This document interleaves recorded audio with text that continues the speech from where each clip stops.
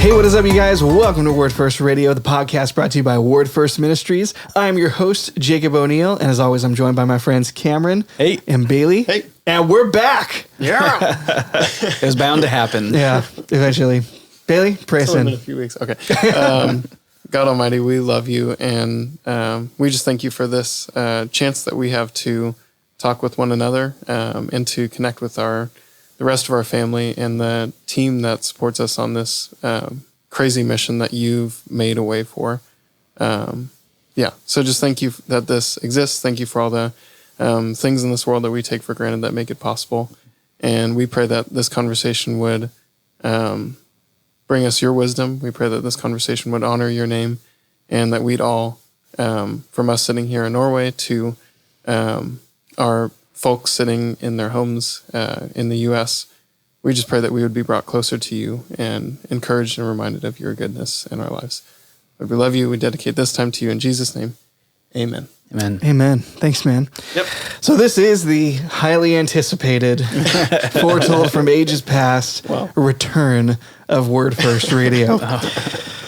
So what happened? So I'm pretty sure, people are wondering. We took a month off. We're about 3 weeks-ish, month-ish off. And I'm sure all 20 of you are wondering, where did you go? Why did you take why did you take a month off? What happened, guys? Gosh, that's a little bit of a... I wasn't expecting to ask me that question that way. Ministry. Yeah, ministry. Mm-hmm. I had something on my... Okay, that could be Cam unburdened. had something on his knuckle. It's all right. I'll take it from here. So I think I had dough stuck in my knuckle hair from baking bread. that's right. We were baking bread is what we were doing. So I'd be glad to answer that. So we took the rest of August off. We decided we had actually last time we met to record, we were kind of confronted by several things all at once, and we decided to have a meeting. Meetings are the worst thing that you can do. But this was one that just sort of had to happen. And so we talked about what does the future of the podcast look like? Because what we were realizing is we were reevaluating our priorities, right? And so the purpose of the podcast, I think the main purpose of the podcast is for us to keep the folks who have sent us, we call you guys our senders, the folks who are paying and praying for us, Right. Who we have committed to them. You are missionaries along with us. Like ours are the feet that are going to be on the ground in Oslo, but it takes this whole team in order to make this all work. And we've committed to keeping them a part of the ministry that's happening here. And what we realized was that doing a podcast every week, that meant that most of our time, not most of our time, but too much of our time was spent ministering to the people who sent us, when we've said we're a missionary team and we're all going to be focused on gospel work in Norway. And so what we were doing was we were taking time out of gospel work in Norway to minister to our co-missionaries, and we just realized that was out of balance. It was taking away too much of our time. So so you guys know who are watching us. I mean, when we record the podcast, it's a solid day that it takes just doing the recording, and then there's the post-production, which I know our post isn't that fancy, but it's a lot of work nevertheless. And so we asked ourselves, is this the best use of our times? What are our consciences telling us? What are we, what does our strategy look like? And what do we think that our senders would have to say if we said, listen, what we're doing is we're taking a full day out of every week so that we can talk to you guys. I think what the mission that we shared and the mission that we all agreed to was not that we're going to be taking a seventh of our time here in order to write letters back home, like we talked about there. Right? Like Paul wrote back to the churches who sent him, but I guess we don't know how often, but I suspect it wasn't a seventh of his ministry time, right? So, so we decided to revamp and reprioritize. So, the podcast, it's not going to look or sound that much different, but we took some steps so that on recording day, it's not quite as it's not quite as heavy and doesn't take quite as much time to produce on the front side, and then also makes post-production a lot simpler. And now what we can do is we can record a couple of days a month instead of recording every week, which is fine. We're glad to,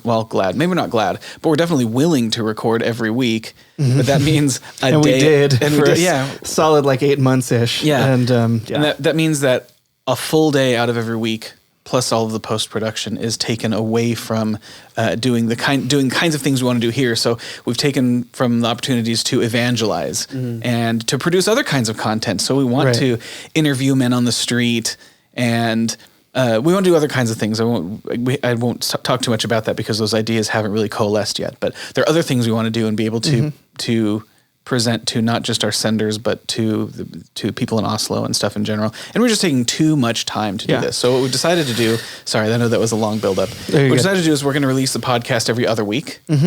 We're not going to have multi-camera cuts. We're going to have just you. Yeah, there's no cam. There's no anymore. cam, which is good. There didn't need to be one in the first place. And that makes things simpler. And so senders whom we love, you'll get half as much content, but and let us know. Half as much podcast. Half as much podcast. Yeah, that's fair to say. Half as much podcast. And if you have a different idea, let us know. But I think that strikes a good balance, because now it allows us to record at least half as much, or we could record maybe one day a month. And then we're not spending a day a week, not sort of in the mission field in Oslo, but consumed with producing podcast content. Yeah, no, it's just the benefits of, kind of, squeezing a little less to get kind of the same amount of juice roughly, are just invaluable, just relationally, just time. This is kind of, I guess, like the first 5 minutes of this is kind of like our YouTube apology video that you're going to see less of us. Yeah. Oh man. So sorry. But it's going to be awesome. And I feel like, for me, there's a couple different ways I look at this. So one, it's awesome to know that this team would hit this hard, to do a 4K multi-camera angle podcast every week and have, I'm not going to comment on the quality of the content, but that we would do it and that we would do it well. It just kind of speaks to just the temperament of the team, really. We will, sometimes stubbornly even, but just bang our heads against that wall until it falls. Sometimes we'll climb the wrong mountain really hard. Well, no, what I'm saying is that we'll do it excellently. If we climb that wrong mountain, we will be the best mountain climbers. That's what I just said. West of the Mississippi. So we are so far east of the Mississippi. I know, but there are mountains west of the Mississippi. I guess if you go west hard enough, we will go the wrong direction west so hard that we'll end up in Norway better than anyone else. Really happy I didn't say anything about the quality a couple seconds ago.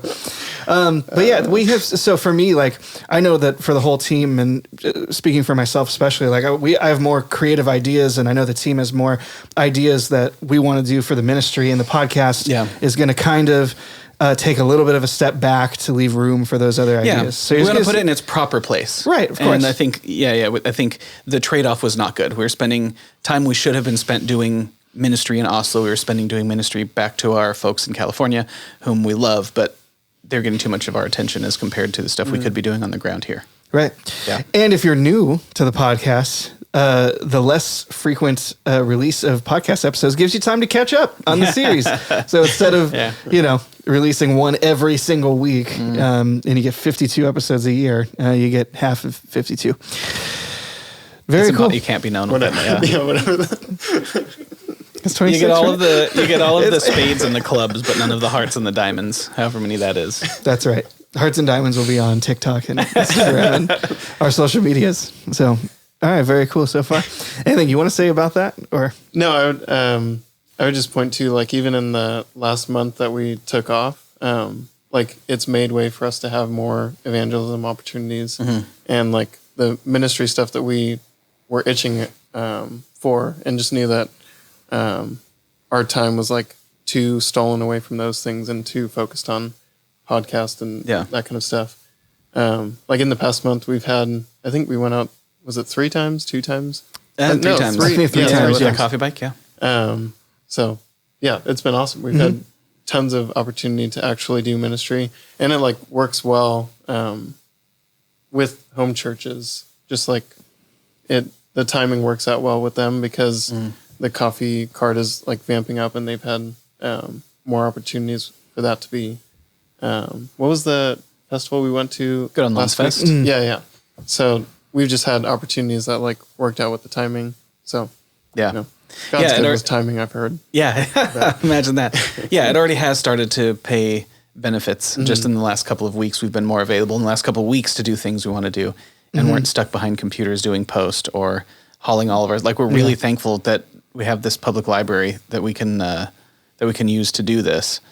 But it's a lot of stuff. I mean, we use. I mean, you guys can see if you from last week to this week, we have different stuff on the table, and we have we tore all of this down. The only thing we used in this room, we didn't even use these lights most of the time. Right. We have These all lights of our are own off. lighting.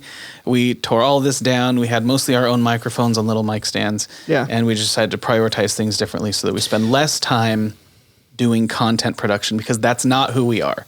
There's a TikTok Motown took, like showing the behind the scenes, kind of like how the sausage is made. Yeah. And so it's a ton of work, and now it's less than a ton of work. And like, so, yeah. to your point, Jacob, we're super glad to do a ton of work. Right. But if we're spending that time and energy on the wrong stuff, then we need to reevaluate. And so we just reprioritized content, or not even content, but podcast production. Yeah. In order to be available to do the stuff that you guys sent us here to do. So Right. And the stuff that you sent us here to do. Also, for me, one of my biggest things was like kind of scrambling to come up with things to talk about like every week. And so it was, it's difficult on a weekly turnaround to come up with like new updates and things that we've done and what we've learned from those things. Having a week turnaround just proved eventually to not enough time to digest all the lessons we could learn from one great conversation or things that we could talk about and plan and prepare. And so, so it's good. It's good. Hopefully we produce higher quality stuff. So hopefully that what we're able to do every other week is sort of richer and chewier and better for those who are listening in California. We have ideas for things we want to do in the podcast related to Norway, which, we'll get to eventually, and those will be very exciting. We hope to produce higher quality, less frequent content, and hopefully get all of our, we have a lot of things that we have to do, but hopefully get all those things put in their right place. Right. It's like a reboot, kind of. What? Almost. I thought a reboot. Okay, I don't know. A soft reboot. Yeah. Yeah. Anyways, so let's talk about our summer, because this was our first full summer in Norway, which was beautiful. It was pretty amazing. Okay. Sorry, I feel bad that everyone else in the world wasn't living with us. Yeah. It was, it's like we feel guilty for being, It's starting to get cold again, but for a while there, it was pretty ganske varm. Yeah, pretty warm. Yeah. So it was pretty warm. Varm is hot, isn't it? It's the same. It's the same Context thing? tells you whether you're warm or hot. Yeah. Awesome. Yeah, but I didn't realize Norway could get this warm, actually. Coming out of summer and spring. But I think all around, all of our families had a pretty eventful summer. Who wants to take the ball first and talk about how our summer was and some of the stuff we did? Bailey, I feel like you could talk some more. Okay. You went to Sweden, did you not? We shared kind of the same summer. So my summer was I got to take care of the girls, which was wonderful. And then also Pregnant Grace is still very much happening as of now. How's that going? It's going. No, it's awesome. We have the new apartment we talked about, I think a couple episodes ago. And that has just been like wonderful for especially Pregnant Grace to have actual space to, be pregnant and relax when she needs to relax. Like she can go into another room, which is, it's a luxury when you live where we live, and where Jake and Motown live right now. Yeah. There's another room where she can go to sleep while I am up and doing work or making coffee or watching TV, whatever. So we're good. Our summer has been, just a giant blessing. It, surprised me a lot. How much sun Norway has. Yeah. Because I feel like the long days are crazy, huh? I think, the long days, but I think it was like 6 months that we had of like mostly sunny weather. Obviously, in Oslo, the weather goes from stormy Very to fluctuating. sunny. Yeah. Yeah. We'll look on like the weather app and it'll tell us 7 days of rain. And we'll get rain for 5 of those days, but like 20 minutes at a time. So like 20 minutes of intense downpour, and then it's sunshiny and the birds are singing. Like, Right. what the heck? Yeah, skies will be clear. It'll rain and snow in the same day sometimes, and not during summer, but summer, yeah. during spring, definitely. But yeah. Yeah. So our summer's been good. We got to go to Sweden with the IMB, not just Cam and Whitney and Zach and Jen, but with IMB. What's the region? It was our European tons of- subcluster. So it was the Dutch Nordic region. So I think there are 7 countries represented. So all of Scandinavia and Belgium and Holland also, I think. I think that's right. But yeah. So sort of the whole region got together. And I forget the family who lives in Iceland, but on a car ride, The Douglases. Cam was talking. Carl and Logan, So Cam was talking with them about Icelandic. I don't know. Yeah. Icelandic versus Norwegian, and I'm so glad that we're learning Norwegian. Oh, that's right. Yeah. 'Cause Icelandic You're is talking like about the it was language. terrifying. Well, Icelandic. So that Icelandic is mostly related, is the closest relation to Old Norse. Norwegian, what we're learning is like a flavor of Danish. Icelandic is like Norwegian, but that never changed since the year 1100 or something. It's like they've got 20 extra letters in their alphabet. Nice. And all this stuff, that these sort of vestiges that most languages have thrown off, they're still hanging on to. And Douglas's. Yeah. Yeah. So why'd you guys go to Sweden? You said it was an IMB thing, just the cluster of all the Scandinavian you would countries. explain it better. What was the? Yeah. It was a retreat. So our brother Jiminy Crockett, he sort of was the pastor overseeing the event, and he brought some people from his church in the United States. And it was a retreat. It was a time for us as a whole subcluster. Is the Sure. whatever. Whatever. Not quite a cluster. Not but quite a cluster. Yeah. It's a sub. That's right. Cluster, yeah. the To get rung together and below be with cluster. each other and encourage each other and worship together and talk about, because it's really strange. Maybe Bailey, this might be the first time that you got to sort of participate in this, but you can feel really lonely as a missionary or as somebody that's just a third culture person, where it's, you're sort of are in between, like you're a man without a land. You're kind of in between. Over here, you're American, but not really. But we are. But we don't really speak Norwegian, but we're not trying to be Norwegian. And it's this thing, you can feel like few people understand, and it's really sweet and nice to be with people who understand. But then just to spend time, we all serve the IMB in this part of the world. And sort of the reason you guys came was to help do childcare. So a bunch of us have kids, and we have sessions and things we're doing throughout the day. And you guys watched our kids for us. So Bailey and Grace and Alan all came to be babysitters, and that was really great. And the place we went to in Sweden, it was this Christian sort of conference center.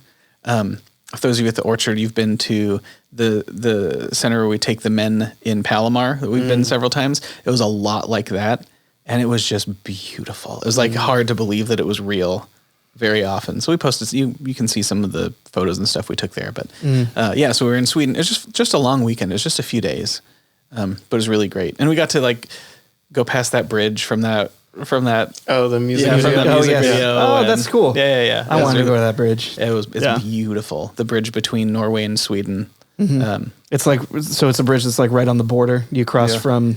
It's painted countries. painted in the street. One side is Norway and one side is Sweden. Oh, that's Yeah. very cool. Yeah, so there's just that a must have line been really painted. cool to see. Yeah, and it's this beautiful bridge over this river. It was really fantastic. I don't know if it's a river or a fjord, some majestic body of water. Yeah, it was really great. It was the first sort of vacation, sort of getting away, sort of retreating thing that we've really had the opportunity to do, and it was really good. Yeah. That was crossing that bridge was another one of those moments like you talk about where the dream, like the dreaminess of Norway, you're like plucked out of that and like, I live here. Yeah. Because I remember you showing us that music video. I have no idea what the song is called, but It's really great. It's called Svag, SVAG, and it's Astrid S, and then the guy whose name I never remember, but maybe we'll link it in this video. It's pretty great. Yeah. What does that title mean? Svag. Week. It means weak. It's Okay. weak. So here's a quick story. It's a Swedish guy who wrote this kind of love song. And he wrote it, and Astrid is this amazing young lady she's Norwegian, and she's a musician and singer, and she's fantastic.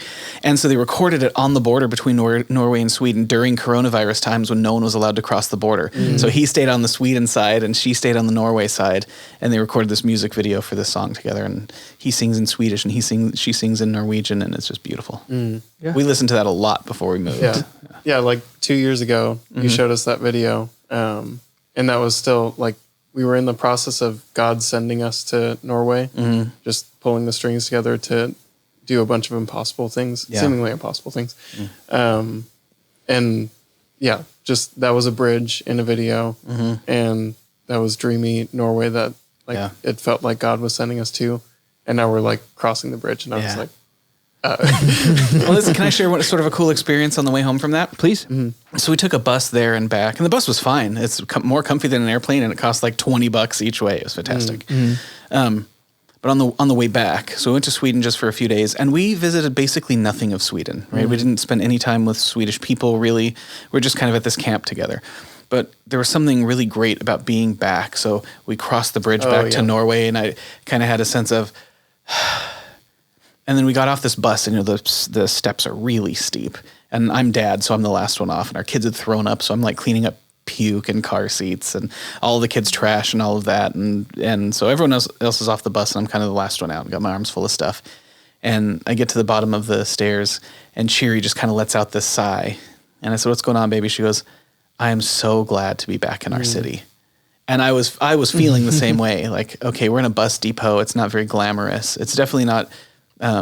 like the geography is not, the setting is not as beautiful as what we had just spent the last several days in, and it didn't smell quite as nice. And right, like nothing about it was wonderful, except that we were home. And we all just had a sense of like, okay, we're home again. So, and that's comforting. I mean, maybe someday we're not going to have that, and I suspect there are going to be days when we just have to remember that God put us here, and so we don't pine for being somewhere else, but there's just that relief and sense of being, like Cheery said, I'm just glad to be back in our city, and for us to be home and be back is pretty fantastic. Yeah, that's really cool. That's a really cool moment. And then the reason that Jacob and Motown weren't with us on this trip is not because they were unqualified child supervisors. They're excellent at that, but they were doing something else. That's right. What was that, Jacob? Okay. You're going to make me go the whole 100? Yeah. Please describe for our audience why you weren't there and what you were doing instead. Yeah. No, you wanted to do that. Jacob was sinning. The reason he wasn't there is he was in jail. You're going to have to stop me. He was found out. He was caught. He was picked up. And he spent a week in jail. Yeah, not in jail. Prison, an whatever. island. Yeah. We were sent to an island. No, so yeah, me and Motown weren't there because we were actually invited to the other side of Norway, the west coast of Norway, still east of the Mississippi, to a city called... Sorry, that wasn't that funny. Called Ålesund, depending on your dialect. We've heard it called Ålesund, Ålesund. Just any vowels. You can say Ålesund. Ålesund. Ulysses S. Grant. Icicles. I'm so tired. Okay. So, yeah. Ålesund. That's so good. I want a t-shirt that says I heart Ålesund or something like that. So you guys were in Ålesund? Yeah, Ålesund. We were invited there for a missions conference. So there's an organization. I'm sorry. I know that it's not exclusively Norwegian. It's called Ethnos 360. It's a mission organization that's focused on international missions to unreached people groups specifically. So they have a lot of people in Papua New Guinea. I believe I heard some tribes in Indonesia. It's the kind of, I don't mean like typical, but it's like generally like what you envision when you think of like international missionaries to unreached people groups. We met people, some really great heroes of the faith almost, that would translate Bibles into languages that never had a New Testament before. Yeah, crazy. Like that's a crazy undertaking. And so we got to meet people like that. We got to meet just really great communicators and people very passionate about overseas missions. But and that was really fun. And I was invited to lead worship at that conference. But what was really great about it was getting to kind of experience Western Norway and just the body of Christ that's over there, and what they're doing for international missions, but also to get kind of their perspective on what we're doing. Yeah. So what's been awesome is when you pluck Americans like me and my wife into a crowd of all Norwegians, especially Western Norwegians, and that's one thing I'll talk about, the differences between Eastern Norway and Oslo and Western Norway in cities like Ålesund is night and day, basically. It's very different. And we'll get into that in a second. Yeah, they call the west, sort of that west side of Norway, they call it the Norwegian Bible Belt. Yeah.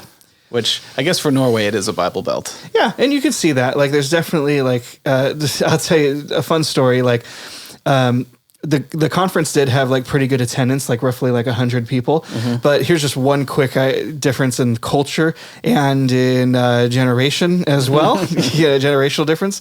So I get up there and lead worship, and I've always done 1,000 times, I'm like, all right, everybody, stand on up. We're going to worship Jesus. And then the look on all of their faces was as if I just offended everyone in the crowd. Uh-oh. What did I say? I prepared a Norwegian song to sing, just to communicate to them that, hey, I'm trying. I want to make it accessible to you. And it was the one they knew the least out of all the songs I sung. And what was interesting was that someone came up to me and he patted me on the shoulder. He's like, hey, so tough crowd, huh? And what had happened was when I had asked them all to stand up, what had happened is that they felt like they didn't want me to think that they didn't like what I was doing because they chose to sit down, because they're used to in their churches sitting down while they sing. Yeah, so they're in a pickle. They don't want to stand up, but they don't want you to think that they don't care, or that they're against you or something. Yeah, that's right. So that was weird. That was definitely a huge difference. And I was telling people in American church, especially the church we're from and the church we attend even in Oslo, which is a Norwegian, kind of international church. If you sit down during worship, it's tense in the room. It's like you didn't say bless you after someone sneezed. I'm like, what? And so you say something to someone when they sneeze? Right, exactly. Why would I stand up for worship? That's weird. Yeah. But I get it. And it was awesome, understanding those cultural differences, also practicing Norwegian. The whole Word First team, even talking about evangelizing in Oslo, at this stage when we're not yet fluent in the language, I didn't realize, at least, how spoiled we were being where we are, where every Norwegian speaks English, basically. We could theoretically go on the streets right now, even though we're not fluent in Norwegian. We could theoretically go evangelize right now and not have a lot of problems. No, not really. I mean, obviously we'd be more effective if we spoke Norwegian, but we could do it. If we were in Bergen or Ålesund or cities like that, basically all of them speak Norwegian. It was the first time I had met a Norwegian adult in Ålesund who didn't speak English. Yeah. I think some of that might be generational too. So I've met, of the Norwegian people I've met, it tends to be the best English speakers are kind of your guys' age. It's so I had the opportunity to teach in a Chinese church a couple of weeks ago. I guess it was last week. And it was the Norwegian and English service that they have every week. They had no problem with me speaking English. And there was one young lady who I asked her, I was like, and where are you from? Because her English was perfect. And she's like, you mean well, my parents are Chinese, but I was like, no, but where, because your English is so good. And she goes, oh, I'm born and raised in Oslo. We listen to American music and watch American movies. And start learning English in third grade or earlier. Because all of our friends who are youngish people in Bergen, they all speak English too. But I think that one component might be generational too.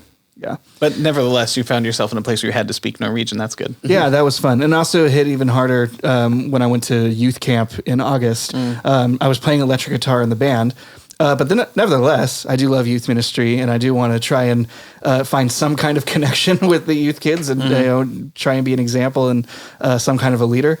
And so, but they all, they're mostly teenagers, I would say average, ages 15, all speak Norwegian. Yeah. And they speak English kind of. Most of them did. But I mean, when we're sitting at a table, when they're with their friends and they're with their youth leaders and youth pastors who are Norwegian and all speak Norwegian, it would kind of, I thought I was definitely kind of put in like a weird place where it's like, I don't want to make them all speak English because I know that's not their heart language. That even though, they all speak English, it's just not the language they would normally speak with their friends.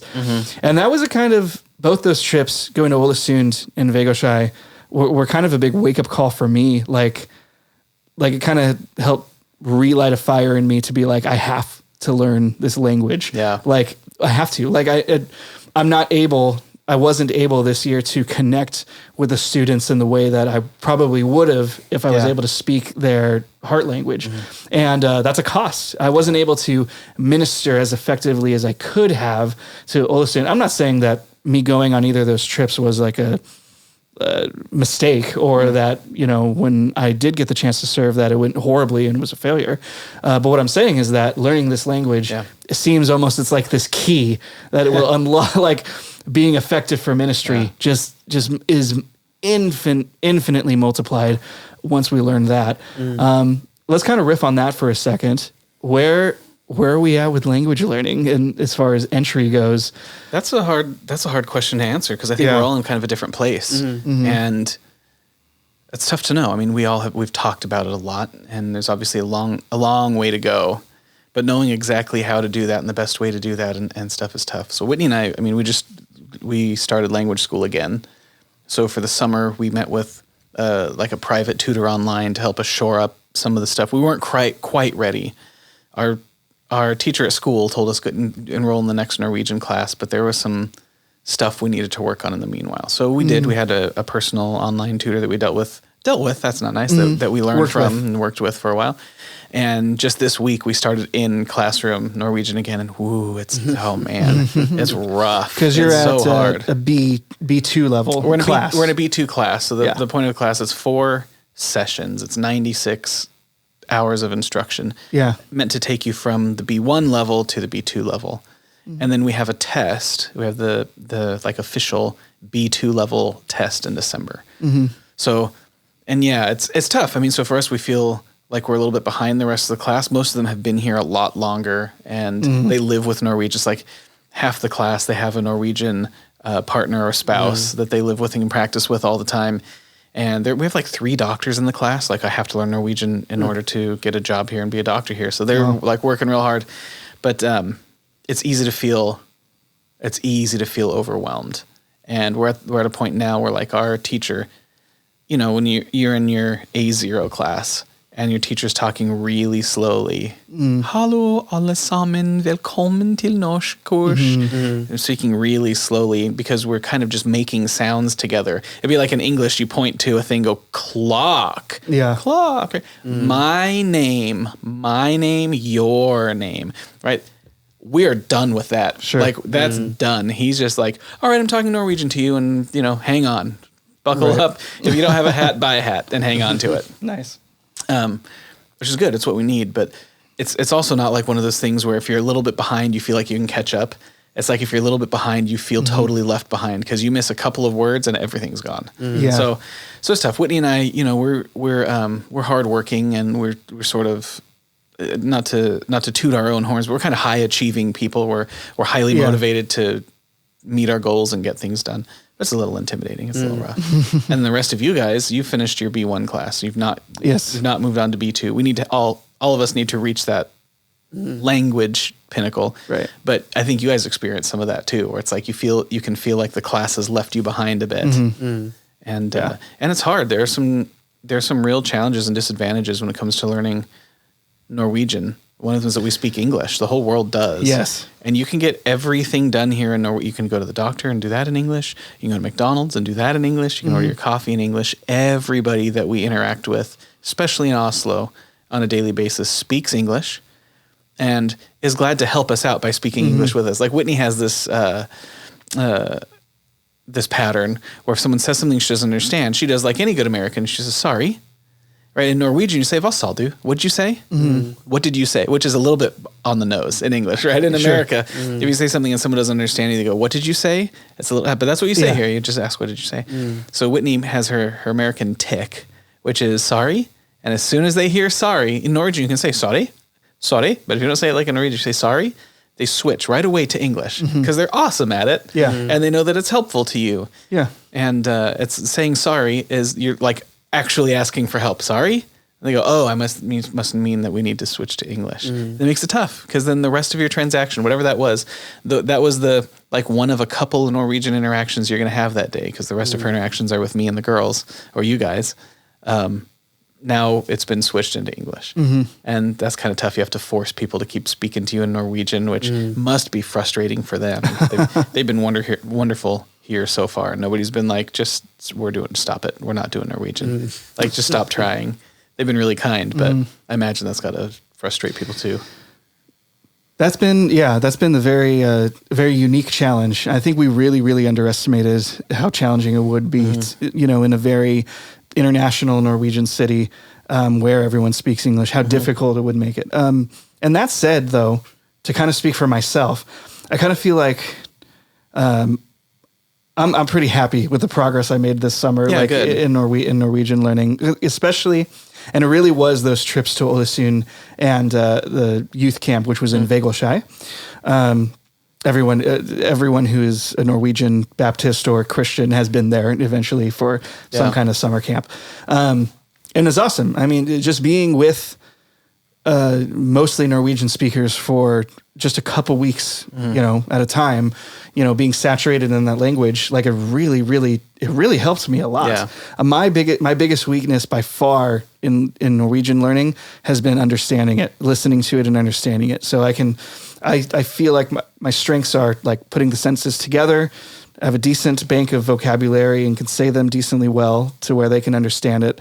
Most Norwegians don't misunderstand my Norwegian, but when they repeat it back to me, or not repeat it, but respond, I'm like, oh, gosh, it's so hard. Like I can get pieces of it, but just like you said, it just takes like one or two words that you throw in there that you maybe don't understand or don't remember what it means, and it just throws the whole thing off. Yeah, because you stop listening, and your mind switches to what did they say? What was that? Yeah, your mind goes into deciphering mode, and they just keep going. Right. They keep and you miss everything else they say after that. That's tough. Yeah, it's tough. It's tough for me as an old man. You guys are still young and mentally limber. I'm an old dude going, whoa, okay, all right, brain. I guess we're doing this. Well, I don't know how Cheery does it. Cheery picked up Norwegian like, she had been doing it all of her life. Kids do, and she's especially bright. And she had the benefit of being in a Norwegian-only atmosphere, 6 hours a day. Well, that's probably how then. For 9 months or whatever, for sure. How you doing on it? How do you feel about language learning? I just want to disqualify what Cam just said about us being young and limber mentally. Okay. That does not help. Well, you're dumb too, so. Oh my gosh.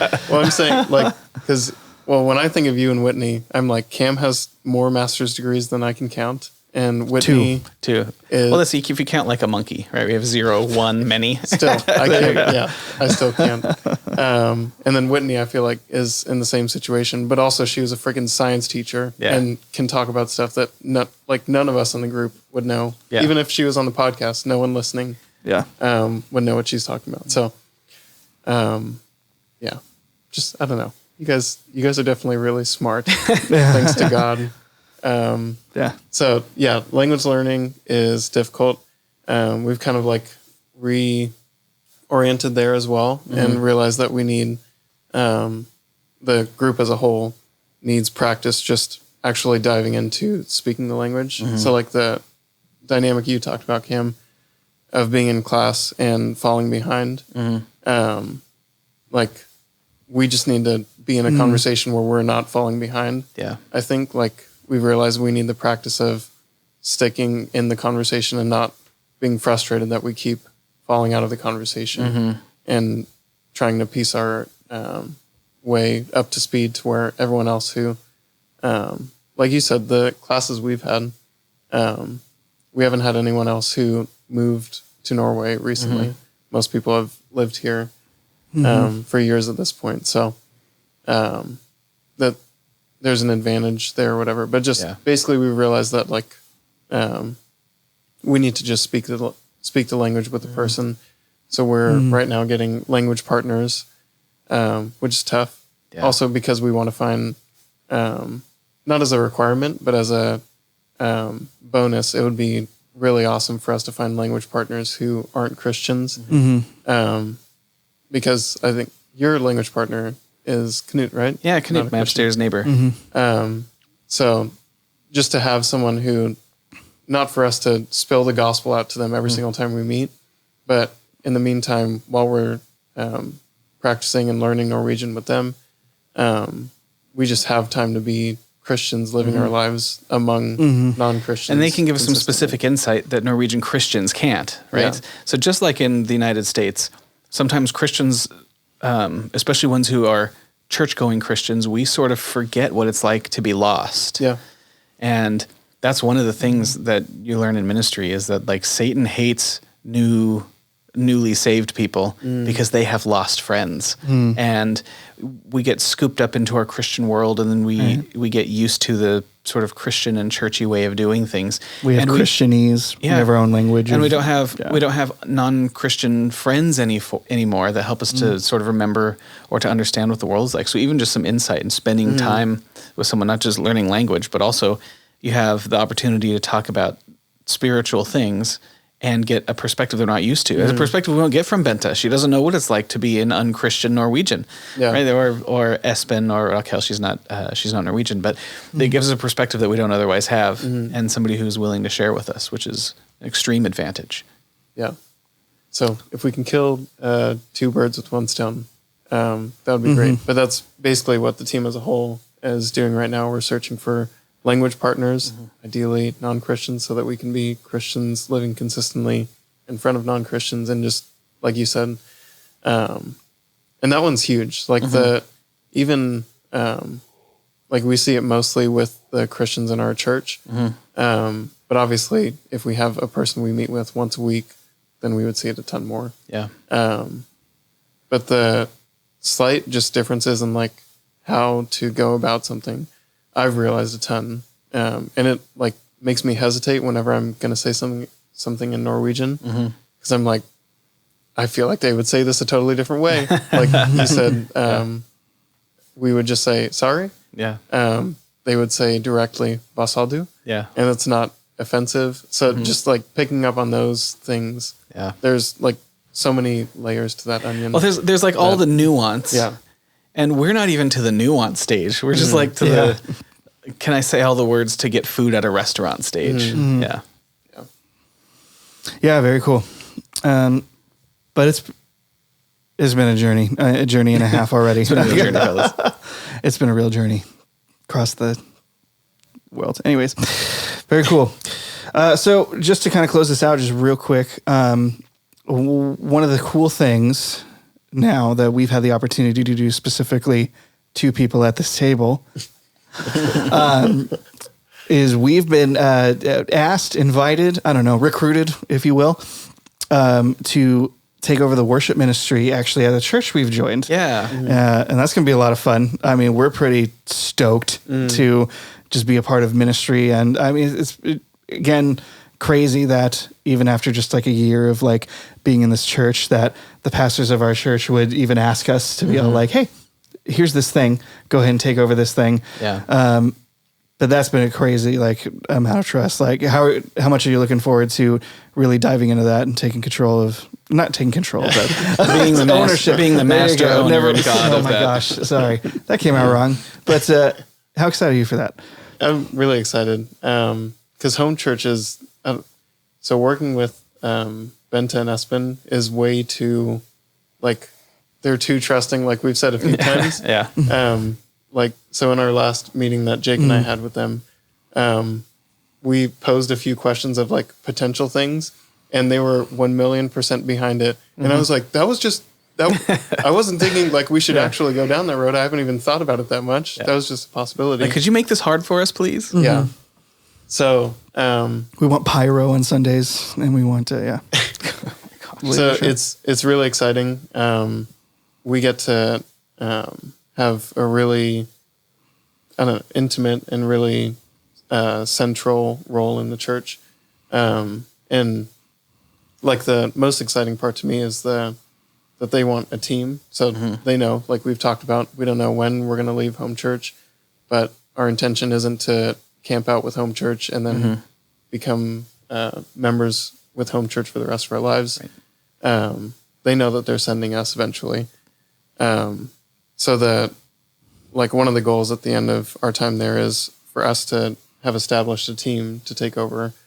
And so you and I aren't just there to be guys who switch off playing every Sunday. Right. We're guys who are there to build a team. And we have, like I said, way too much permission to influence, like, even just this last Sunday. So I was messaging Espen about the service, and he was ready to throw out, like, reading scripture and a brief little, not the sermon, but a brief little introduction to the service that he had planned. He just threw that out the window because I texted him, hey, can I read a few verses before we start singing? And he was like, oh yeah, read that stuff. That'll be great.